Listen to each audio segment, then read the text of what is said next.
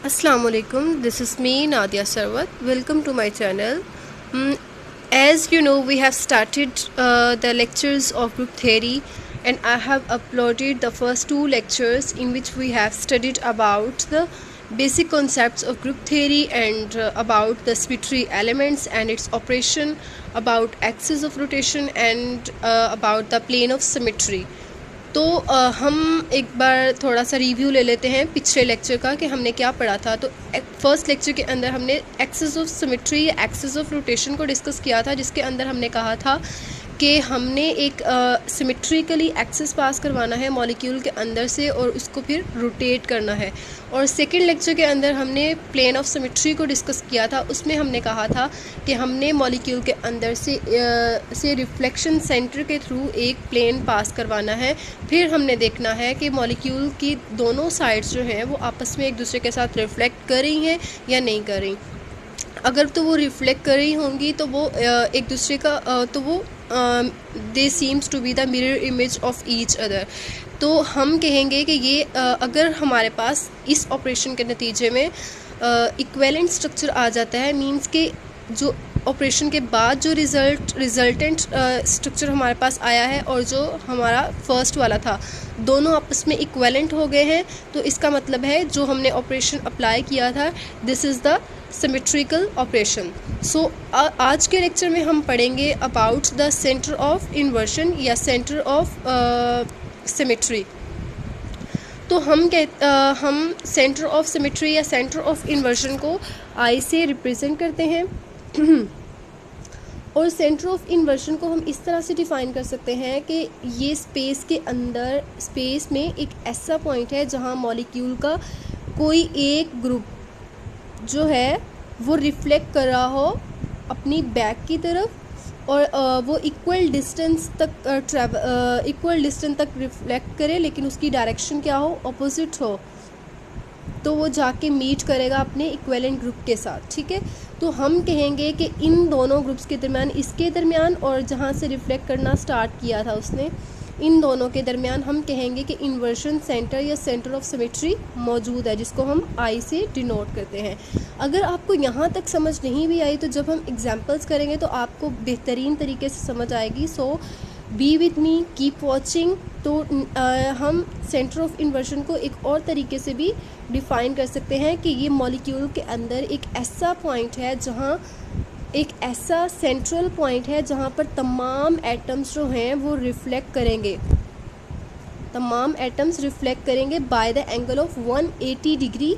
तो रिफ्लेक्ट करने के बाद वो मीट करेंगे अपने आइडेंटिकल एटम के साथ। तो वो पॉइंट जहाँ से दोनों एटम्स जो हैं वो आपस में मीट कर रहे हैं through with the help of inversion centre, हम उसको कहेंगे कि ये हमारे पास सेंटर ऑफ इन्वर्शन है या सेंटर ऑफ सिमेट्री है मॉलिक्यूल की। तो अब हम देख लेते हैं, हम एक जनरल एग्जांपल ले लेते हैं कि किस तरह से सेंटर ऑफ इन्वर्शन पाया जा सकता है या सेंटर ऑफ सिमेट्री मौजूद होता है। तो ये येलो वाले स्ट्रक्चर में आप देख रहे हैं कि ये लेफ़्ट हैंड है, ठीक है, ये पॉइंट कर रहा है ऊपर की तरफ। जब हमने सेंटर ऑफ सिमेट्री का ऑपरेशन अप्लाई किया है तो यहाँ पर क्या हुआ कि इसने 180 डिग्री पे रिफ्लेक्ट किया है। ठीक है, ये वाला जो है ना येलो वाला, इसने रिफ्लेक्ट किया है by the angle of 180 degree.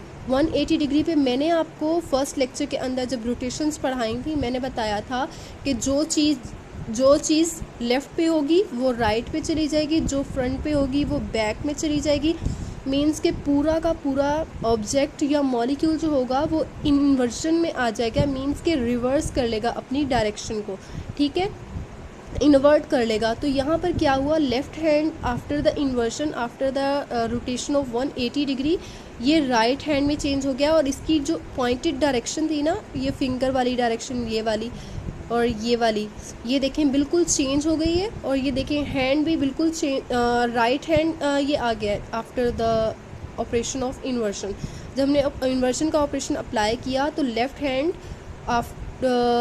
Inversion के बाद राइट हैंड में चेंज हो चुका है।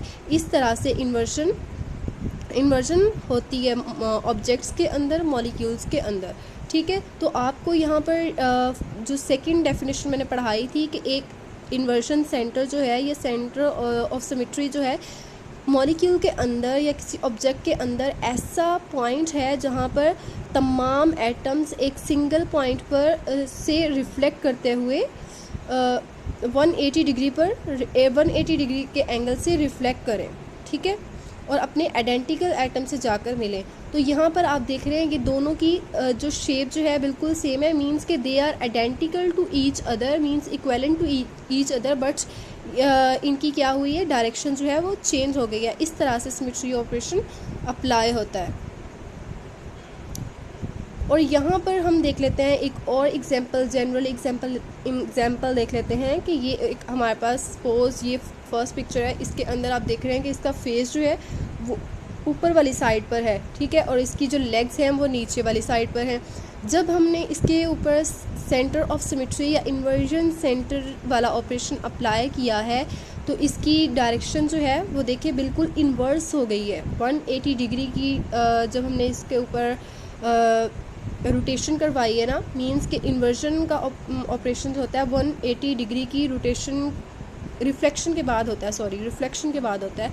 तो 180 डिग्री के हिसाब से जब ये इसके अंदर यहाँ रिफ्लेक्शन करवाई हमने तो इसकी डायरेक्शन जो थी वो बिल्कुल इन्वर्स हो गई, मींस के ऊपर वाला हिस्सा जो था वो नीचे आ चुका है, मींस फेस नीचे और लेग्स ऊपर, ठीक है। होप सो आप लोगों को कॉन्सेप्ट की समझ आ रही होगी। तो हम कहते हैं कि सेंटर ऑफ इन्वर्जन 3 जगह पर पाया जाता है। एक तो ये बॉन्ड के अंदर मौजूद होता है, दूसरा ये एटम में भी एटम्स के ऊपर भी पाया जा सकता है, और स्पेस के अंदर भी पाया जा सकता है। इसको हम जस्टिफाई कर लेंगे थ्रू द एग्जांपल्स। तो अब हम देख लेते हैं सेंटर ऑफ इन्वर्जन की एग्जांपल्स। इन एग्जांपल्स के थ्रू हम ये मालूम करेंगे कि इधर इसके अंदर मौजूद है सेंटर ऑफ इन्वर्जन या सेंटर ऑफ सिमेट्री या नहीं। तो अब हम बात कर लेते हैं अमोनिया की। अमोनिया के अंदर हमें पता है कि अमोनिया का स्ट्रक्चर इस तरह का होता है, जैसा कि हमने पढ़ा था फर्स्ट लेक्चर के अंदर भी हम सीख चुके हैं और सेकंड लेक्चर के अंदर भी सीख चुके हैं। और इन फर्स्ट 2 लेक्चर्स के अंदर हमने सीखा था कि हमने सेंटर जो है किस तरह से सिलेक्ट करना है। जब हमने एक्सिस पास करवाया था तो हमने तब भी सिमेट्रिकली सेंटर से पास करवाया था, जब हमने प्लेन पास करवाया था तब भी हमने सेंटर से ही पास करवाया था। तो हमने वहाँ पर सीखा था कि नाइट्रोजन को हमने एज अ सेंटर कंसीडर कर लेना है, ठीक है। तो ये हमारा सेंटर हो गया, सेंटर ऑफ इन्वर्जन सपोज हमने कंसीडर कर लिया है नाइट्रोजन को। तो हमने इन्वर्जन किस तरह से इसके अंदर चेक करनी है कि हमने हाइड्रोजन से स्टार्ट करना है, हाइड्रोजन से हम स्टार्ट करें, चेक करना कि इसके अंदर इन्वर्जन है या नहीं है। यहाँ से हम शुरू हुए हैं, यहाँ पे गए अपने इन्वर्जन पॉइंट पे या सेंटर ऑफ इन्वर्जन पे, और हम 180 डिग्री तक जाएंगे इक्वल डिस्टेंस पे। यहाँ तक हम गए, यहाँ पर आप देखें कि कोई सिमिलर एटम मौजूद है, यहाँ पर इस पॉइंट पर कोई सिमिलर एटम मौजूद है। सिमिलर एटम तो दूर की बात है, यहाँ पर कोई वैसे भी एटम इसका मौजूद नहीं है। इसका मतलब है कि यहाँ पर इन्वर्जन का ऑपरेशन अप्लाई नहीं होगा, मीन्स कि this statement is true here कि centre of inversion is absent in case of ammonia, क्योंकि इन्वर्जन के लिए कंडीशन है हमारे पास कि जो हमारा सेंट्रल पॉइंट है, इन्वर्जन सेंटर है, उसके दोनों तरफ सेम एटम्स मौजूद हों। और यहाँ पर इन केस ऑफ अमोनिया ये कंडीशन जो है मींस के यहाँ ये कंडीशन फुलफ़िल नहीं हो रही। सो यहाँ पर इन्वर्जन सेंटर मौजूद नहीं है। अब हम देख लेते हैं centre of inversion in case of BF3 boron trifluoride. Boron trifluoride का मॉलिक्यूल आपको पता है प्लेनर होता है और इस तरह से होता है। जब हमने इसके अंदर हमने नंबरिंग की हुई है अपनी आसानी के लिए कि किस तरह से ये फ्लोरीन एटम्स जो हैं वो रिफ्लेक्ट करेंगे by the angle of 180 degree. तो यहाँ पर हमने इसके अंदर से जब इन्वर्जन करवाई है यहाँ पर, तो आप देखें कि इसका जो मॉलिक्यूल है उसकी डायरेक्ट जो ओरिएंटेशन है वो बिल्कुल डिफरेंट हो गई है, मींस के इक्विवेलेंट स्ट्रक्चर जो है वो हमारे पास नहीं आ रहा है। इसका मतलब है कि इसके अंदर इन्वर्जन नहीं है। तो हमने जस्टिफाई करना है कि इसके अंदर इन्वर्जन क्यों नहीं है। हमने पढ़ा था हमने कहा है कि इन्वर्जन वहाँ पर मौजूद होती है जहाँ सेंट्रल एटम के दोनों तरफ सेम एटम्स मौजूद हों। तो आप देख रहे हैं यहाँ पर फ्लोरीन F3 के बिल्कुल सामने अगर हम आएँ, इक्वल डिस्टेंस तक हम ट्रैवल करें, लेट्स सपोज यहाँ तक इक्वल डिस्टेंस था, यहाँ पर आप देखें कोई यहाँ पर एटम मौजूद है, फ्लोरीन सेम आइडेंटिकल एटम मौजूद है, नहीं है यहाँ पर मौजूद। इसी तरह से अगर हम F2 के सामने से जाएं, इक्वल डिस्टेंस ट्रैवल करें by the angle of 180 degree, तो यहाँ पर भी कोई सेम एटम नहीं है। इसी तरह से फ्लोरीन के सामने से भी हम equal distance by the angle of 180 degree travel करें तो यहाँ पर भी अपोजिट डायरेक्शन में कोई सेम एटम नहीं है। तो जब सेम एटम ही नहीं है सेंट्रल पॉइंट के दोनों तरफ, तो यहाँ पर इन्वर्जन का ऑपरेशन जो है मौजूद नहीं होगा, मींस इन्वर्जन यहाँ पर नहीं होगी। ठीक है, आपने जो है सेंट्रल पॉइंट जो है वो यहाँ पर बोरॉन सेलेक्ट करना है, जैसे कि आप बहुत अच्छे तरीके से समझ चुके हैं पहले दोनों लेक्चर्स के अंदर। ठीक हो गया, होप सो आप लोगों को कॉन्सेप्ट क्लियर हो रहा होगा यहाँ पर। तो अब हम बात कर लेते हैं PTCl 4 के अंदर कि PTCl 4 के अंदर इन्वर्जन किस तरह से हो रही है। यहाँ पर हम लेंगे प्लेटिनियम को, हम लेंगे as a central atom, means के इन्वर्जन सेंटर ले रहे हैं हम इसको। ठीक है, तो यहाँ पे हम देख रहे हैं हमने इन्वर्जन किस तरह से चेक करनी है। हमने एक एटम से शुरू होना है, उसको हमने गुजारना है इन्वर्जन सेंटर से, और 180 डिग्री के एंगल से हमने ट्रैवल करना है इक्वल डिस्टेंस। ठीक है, ये हो गया हमारा इक्वल डिस्टेंस। हमने देखना है अब कि यहाँ पर आइडेंटिकल एटम मौजूद है, तो यहाँ पर आप देख रहे हैं कि यहाँ पर क्लोरीन मौजूद है।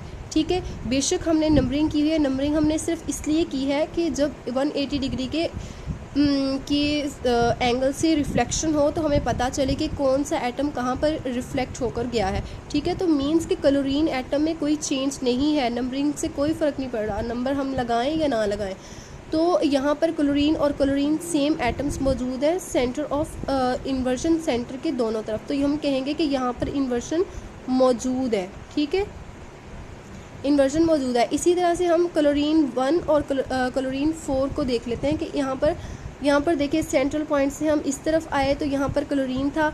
अगर हम सेंट्रल पॉइंट से इन्वर्जन सेंटर से दूसरी तरफ उतना ही डिस्टेंस ट्रैवल करें लेकिन ऑपोजिट डायरेक्शन में, तो वहाँ पर भी क्लोरीन एटम मौजूद है, तो हम कहेंगे कि यहाँ पर भी इन्वर्जन सेंटर है। तो हम कहेंगे एज अ होल कि इस मॉलिक्यूल के अंदर सेंटर ऑफ इन्वर्जन मींस के आई मौजूद होगा। तो जब हमने यहाँ पर इन्वर्जन का ऑपरेशन अप्लाई किया है तो उसके बाद क्या होगा, ऊपर वाले जो दोनों क्लोरीन नंबर 1 और क्लोरीन नंबर 2 थे वो रिफ्लेक्ट होकर नीचे आ गए। ठीक है, यहाँ पर देखें रिफ्लेक्ट होकर उन्होंने अपनी पोजीशंस चेंज कर लिए। इसी तरह से क्लोरीन नंबर ये 3 और 4 ये रिफ्लेक्ट करके दूसरी तरफ जा चुके हैं। ठीक है, बट मैं क्या कह रही हूँ कि हमें इन्वर्जन के नतीजे में भी आइडेंटिकल मॉलिक्यूल मिलना चाहिए। तो यहाँ पर कंडीशन जो है वो ओबे हो रही है, सो हम कहेंगे कि इस मॉलिक्यूल के अंदर इन्वर्जन सेंटर या सेंटर ऑफ सिमेट्री मौजूद है। ठीक है, क्योंकि क्लोरीन के साथ जो हमने नंबरिंग की है वो हमने सिर्फ अपनी आसानी के लिए की है कि हम देख सकें कि 180 डिग्री की रिफ्लेक्शन किस तरह से होगी और ये एटम्स जो हैं वो किस तरह से मूव करेंगे। ठीक है, तो यहाँ पर हम कहेंगे कि इन्वर्जन सेंटर मौजूद है। होप सो आप लोगों को यहाँ पर क्लियर हो रही होंगी चीज़ें। अब हम बात कर लेते हैं SF6 की। तो SF6 का स्ट्रक्चर जो है वो कुछ इस तरह से होता है। ये सल्फ़र जो है हमने इसको कंसीडर कर लिया अपना इन्वर्जन सेंटर। ठीक है, हमने इसको सिलेक्ट किया हुआ है सेंटर ऑफ इन्वर्जन या इन्वर्जन सेंटर। तो इसके साथ लगे हुए हैं 6 फ्लोरीन एटम्स। तो हमने अब देखना है कि हर फ्लोरीन के दूसरी तरफ जो है सेम एटम मौजूद है या नहीं है। मींस के सल्फ़र जो है हमारा सेंट्रल एटम है, यहाँ से हम गए इस तरफ, ये ग्रीन वाला फ्लोरीन था, हमने इस फ्लोरीन से दूसरे फ्लोरीन की तरफ ऑपोजिट डायरेक्शन में 180 डिग्री का डिस्टेंस ट्रैवल किया, तो हमने देखा कि यहाँ पर आइडेंटिकल एटम मौजूद है। इसी तरह से हमने यहाँ पर देखा तो यहाँ पर भी आइडेंटिकल एटम था, और यहाँ पर देखा तो यहाँ पर भी आइडेंटिकल एटम था, तो हम कहेंगे कि यहाँ पर इन्वर्शन मौजूद है, क्योंकि हमने कंडीशन रखी थी, कंडीशन पड़ी है कि सेंट्रल एटम के दोनों तरफ जो सेंट्रल एटम के दोनों तरफ सेम एटम्स का मौजूद होना ज़रूरी है इन्वर्शन के होने के लिए। सो कंडीशन यहाँ पर ओबे हो रही है, सो हम कहेंगे कि यहाँ पर इन्वर्शन मौजूद होगी। सो हमने क्या किया है, अब इन्वर्शन का ऑपरेशन अप्लाई किया है, तो इसके बाद क्या होगा कि जो एटम्स हैं वो आपस में एक दूसरे के साथ रिफ्लेक्शन के थ्रू अपनी पोजीशंस चेंज कर लेंगे। जैसे कि ये वाले दोनों थे, ये अब इस तरफ आ चुके हैं, आप देख लें, और ये वाले जो दोनों थे वो दूसरी तरफ यहाँ पर आ चुके हैं। इसी तरह से ऊपर वाला जो था ब्लू वो नीचे आ चुका है यहाँ पर, और रेड जो था नीचे वाला ये यहाँ पर ऊपर आ चुका है। सही है, तो मैंने आपको पहले ही बताया था कि जब 180 डिग्री की रोटेशन करवाएंगे तो यहाँ ऊपर फ्रंट वाला जो होगा बैक पे आ जाएगा, लेफ़्ट वाला राइट पे चला जाएगा, राइट वाला लेफ़्ट पे आ जाएगा, ऊपर वाला नीचे आ जाएगा, नीचे वाला ऊपर चला जाएगा। सो आपने ये चीज़ें अगर याद रखी होंगी तो आपको यहाँ पर बिल्कुल भी कन्फ्यूजन नहीं होगी। आप जैसे हम फटाफट कर रहे हैं ऐसे ही आप क्वेश्चन पेपर के अंदर भी ये चीज़ें हल कर लोगे जल्दी से। सो आप लोगों ने ये चीज़ें कॉन्सेप्ट्स याद रखने हैं। इसके बाद हम देख लेते हैं कि बेंजीन के अंदर इन्वर्शन सेंटर किस तरह से मौजूद होता है। तो बेंजीन के मॉलिक्यूल के अंदर हमें पता, स्पेस के अंदर स्पेस में इन्वर्शन मौजूद होगी। ठीक है, पिछले जो हमने केस पढ़े थे वहाँ पर एटम पे मौजूद थी इन्वर्शन, अब यहाँ पर स्पेस में होगी, क्योंकि हमने यहाँ पर देखें, ये हमने सिलेक्ट कर लिया अपना इन्वर्शन सेंटर। हमने इस तरफ देखा कार्बन मौजूद है, इधर देखा कार्बन मौजूद है, मींस के दोनों साइड पर कार्बन मौजूद है by the angle of 180 degree. ठीक है, अगर हम इनकी रिफ्लेक्शन करवाएं तो दोनों आइडेंटिकल एटम्स आते हैं। ठीक है, तो हम कहेंगे यहाँ पर इन्वर्शन मौजूद है। इसी तरह से हम यहाँ देखेंगे तो यहाँ पर भी इन्वर्शन मौजूद है, यहाँ पर देखेंगे तो यहाँ पर भी आइडेंटिकल ग्रुप्स, आइडेंटिकल एटम्स लगे हुए हैं, कार्बन कार्बन ही है, तो यहाँ पर इन्वर्शन मौजूद होगी। सो हमने इन्वर्शन का ऑपरेशन अप्लाई किया, उसके बाद क्या हुआ कि 180 डिग्री के एंगल से ये जो एटम्स थे ये रिफ्लेक्ट करके ऊपर वाले देखें, ये येलो जो था इसके साथ चेंज हो गई इसकी पोजीशन, और ऑरेंज की इसके साथ हो चुकी है, और रेड की ग्रीन के साथ हो चुकी है। इस तरह से आप यहाँ पर देख लें, ये कलर जो है, इसलिए ये कलर्स वाली पिक्चर सेलेक्ट की गई है ताकि आप लोगों को सारे कॉन्सेप्ट्स बेसिक्स जो हैं आपकी वो बहुत क्लियर हो जाए। So let's discuss the centre of inversion through coordinate system.